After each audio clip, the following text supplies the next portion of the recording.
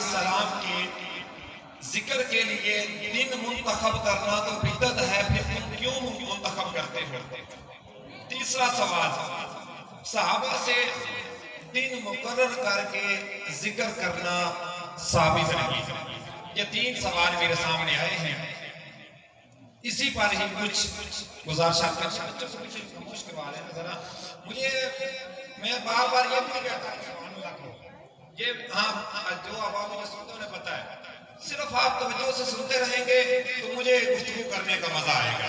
پیچھے سے بچوں کو خاموش کروا دیں، سائڈ میں بچے کھڑے ہیں، جانا چاہیں چلے جائیں، بیٹھنا چاہیں بیٹھ جائیں، توجہ کریں۔ سوال نمبر 3 ہے کہ صحابہ کرام سے دن مقرر کر کے ذکر کرنا ثابت نہیں۔ اس پر سب سے پہلے میرے ریاض الصالحین کتاب موجود ہے، روایت نمبر 699 ہے، حضرت عبداللہ بن مسعود رضی اللہ تعالیٰ عنہ۔ کون عبداللہ بن مسعود رضی اللہ تعالیٰ عنہ؟ یہ حضرت عبداللہ بن مسعود رضی اللہ تعالیٰ عنہ وہ ہیں کہ صحابہ کرام علیہ رضوان میں سے یہ مفتی ہیں، بڑے بڑے صحابہ حضرت عبداللہ بن مسعود رضی اللہ تعالیٰ عنہ کے پاس فتویٰ پوچھنے کے لیے حاضر ہوا کرتے تھے۔ ریاض الصالحین کی روایت نمبر 699 ہے، حضرت عبداللہ بن مسعود رضی اللہ تعالی عنہ ہر جمعرات کو رات کے وقت درس قرآن درس حدیث دیا کرتے تھے، ہر جمعرات میں۔ بعض صحابہ نے عرض کی کہ آپ صرف جمعرات کو ہی درس دیتے ہیں، روزانہ کیوں نہیں دیتے؟ پھر وہ جو آگے جواب دیا بڑی لمبی تفصیل ہے۔ یہاں پر ایک سوال، کوئی ضعیف سے ضعیف روایت کسی بھی سند سے اس کے اندر راوی ثقہ ہوں یا ضعیف ہوں، میں دونوں ہی ایکسپٹ کر لوں گا، آپ نے بس مجھے وہ روایت دکھانی ہے جس کے اندر سرکار علیہ السلام نے حضرت عبداللہ بن مسعود رضی اللہ تعالیٰ عنہ سے فرمایا ہو کہ ہر جمعرات کو تم نے درس حدیث دینا ہے یا درس قرآن دینا ہے۔ یہ دن منتخب حضرت عبداللہ بن مسعود رضی اللہ تعالیٰ عنہ نے اپنی طرف سے کیا اور قیامت تک کے مسلمانوں کو بتلا دیا کہ اگر تم درس قرآن دینا چاہو، درس حدیث دینا چاہو، سرکار علیہ السلام کی رسالت کی باتیں کرنا چاہو، سرکار علیہ السلام کے معجزات بیان کرنا چاہو، سرکار علیہ السلام کی شانیں بیان کرنا چاہو، تو تم اگر اپنی طرف سے بھی دین مقرر کر لو گے تو یہ شریعت کی خلاف ورزی نہیں ہے بلکہ عین شریعت ہے۔ سبحان اللہ، نعرہ تکبیر، نعرہ تکبیر، نعرہ رسالت، نعرہ رسالت، نعرہ حیدری، نعرہ غوثیہ، نعرہ تحقیق۔ دن منتخب کرنا صحابہ سے ثابت ہوگا۔ دلیل نمبر 2، مشکات شریف کے اندر یہ حدیث مبارکہ موجود ہے، میں ذمہ دار ہوں دکھانے کے لیے۔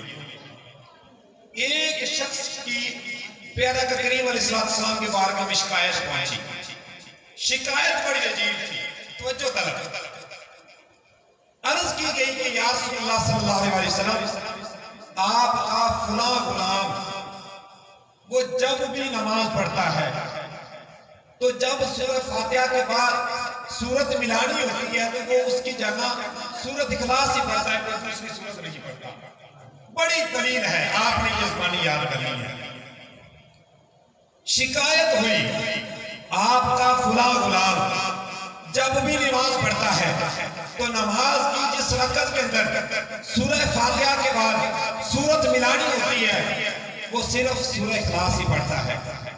اب یہ شرعی فیصلہ سرکار علیہ السلام اپنی طرف سے بیان فرما سکتے تھے کہ وہ کوئی غلط کام نہیں کرتا، لیکن سرکار علیہ السلام نے فرمایا کہ بلاؤ میرے اس غلام کو۔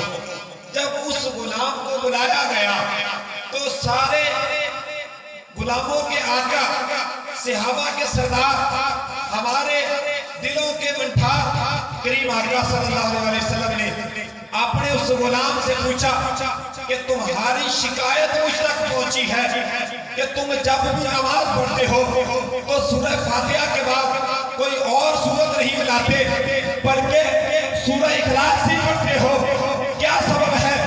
صحابی رسول نے آگے حدیث سے جواب نہیں دیا، قرآن سے جواب نہیں دیا۔ آج بات پر کہنے والے کہ دکھاؤ قرآن سے، دکھاؤ حدیث سے، صحابی رسول کا جواب سنو۔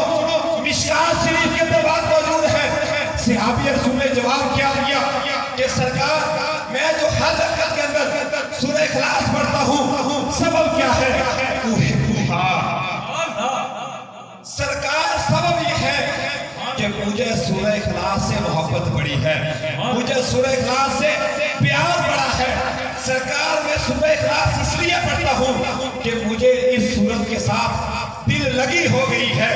سرکار علیہ السلام نے فرمایا، اے میرے غلام، تو نے قرآن سے دلیل کیوں نہیں دی؟ یہ نہیں فرمایا تو نے حدیث سے دلیل کیوں نہیں دی؟ یہ نہیں فرمایا، بلکہ جو سرکار علیہ السلام کا غلام ہے وہ قیامت تک کے سنی مسلمانوں کے لیے دلیل ہے۔ سرکار علیہ السلام نے فرمایا کہ اگر تو اس سورت سے محبت کرتا ہے تو پھر سن ادخلک الجنہ، کہ تیری وہ محبت تجھے جنت میں داخل کر۔ سبحان اللہ، نعرہ تکبیر، نعرہ رسالت، نعرہ رسالت، نعرہ حیدری، نعرہ تحقیق، نعرہ غوثیہ۔ سرکار علیہ السلام نے فرمایا اِنَّ حُبَّكَ إِيَّاهَا أَدْخَلَكَ الْجَنَّةَ۔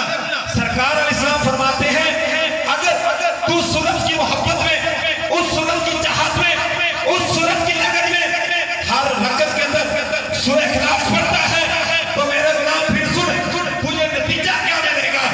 أَدْخَلَكَ الْجَنَّةَ، کہ اللہ تجھے اس محبت کی بدولت جنت میں داخل آتا ہے۔ سبحان اللہ۔ میں نے کہا سنی اگر جشن میلاد مناتا ہے، اگر جشن حسین مناتا ہے، اگر جشن صحابہ مناتا ہے، تو اگر قرآن و حدیث سے قریب نہ بھی ملے تو رب کعبہ کی قسم سرکار علیہ السلام کے اس غلامی کی، اس غلام کی یہ بات ہمارے لیے دلیل ہے کہ ہم بھی سرکار علیہ السلام کا جشن، سرکار علیہ السلام کے عالم الاطہار کا جشن، سرکار علیہ السلام کے صحابہ کا جشن بھی سرکار علیہ السلام کی محبت میں مناتے ہیں اور زمانے کو بتاتے ہیں کہ ہم وہ لوگ ہیں جو سرکار سے بھی محبت کرتے ہیں، سرکار علیہ السلام کے عالم الاطہار سے بھی محبت کرتے ہیں اور سرکار علیہ السلام کے صحابہ سے بھی۔ سبحان اللہ، سبحان اللہ، سبحان اللہ۔ ان دونوں دلیلوں کے بعد قرآن کے اندر آیت مبارکہ موجود ہے۔ اللہ رب العزت نے فرمایا، کیا فرمایا کہ وَأَمَّا بِنِعْمَةِ رَبِّكَ فَحَدِّثْ، کہ اپنے رب کی نعمت کا خوب چرچا کرو۔ اب یہاں پر سبھی مجھ سے سینئر بیٹھے ہیں اور آپ سبھی آباء مجھ سے زیادہ عزت کے لائق بیٹھے ہیں، فیصلہ کریں۔ رب قرآن کے اندر فرما رہا ہے کہ وَأَمَّا بِنِعْمَةِ رَبِّكَ فَحَدِّثْ، کہ اپنے رب کی نعمت کا خوب چرچا کرو۔ دوستو سنو، یہ اللہ نے ہمیں ہاتھ عطا کیے، اللہ کی نعمت ہے، یہ آنکھیں بھی اللہ کی نعمت ہے، یہ دماغ، یہ سوچ، یہ ساتھ بھی اللہ کی نعمت ہے، یہ پاؤں کا ملنا بھی اللہ کی نعمت ہے، اولاد بھی اللہ کی نعمت ہے۔ دنیا کے اندر جدھر بھی ہم اپنی نظریں گھمائیں تو رب کعبہ کی قسم کوئی چیز ایسی نہیں جس کے اندر ہمیں اللہ کی نعمت کے نظارے نہیں ملتے۔ لیکن پوچھنا یہ چاہتا ہوں کہ جو رب قرآن کے اندر حکم دے رہا ہے کہ وَأَمَّا بِنِعْمَةِ رَبِّكَ فَحَدِّثْ، کہ اپنے رب کی نعمت کا خوب چرچا کرو، تو یقیناً یہاں سے لے کر کے محفل کے اندر بیٹھے ہوئے آخری شخص تک اس بات کا وہ جواب دیں گے کہ اس کائنات کے اندر نعمتیں تو بڑی ہیں، اس کائنات کے اندر رب تعالیٰ کی قدرت کے نظارے تو بہت ہیں، لیکن ان تمام نظاروں سے بڑھ کر اور ان تمام نعمتوں سے بڑھ کر کائنات کے اندر جو اللہ نے اپنی نعمت بھیجی ہے وہ سرکار علیہ السلام کی ذات ہے۔ سبحان اللہ، نعرہ تکبیر، نعرہ تکبیر، نعرہ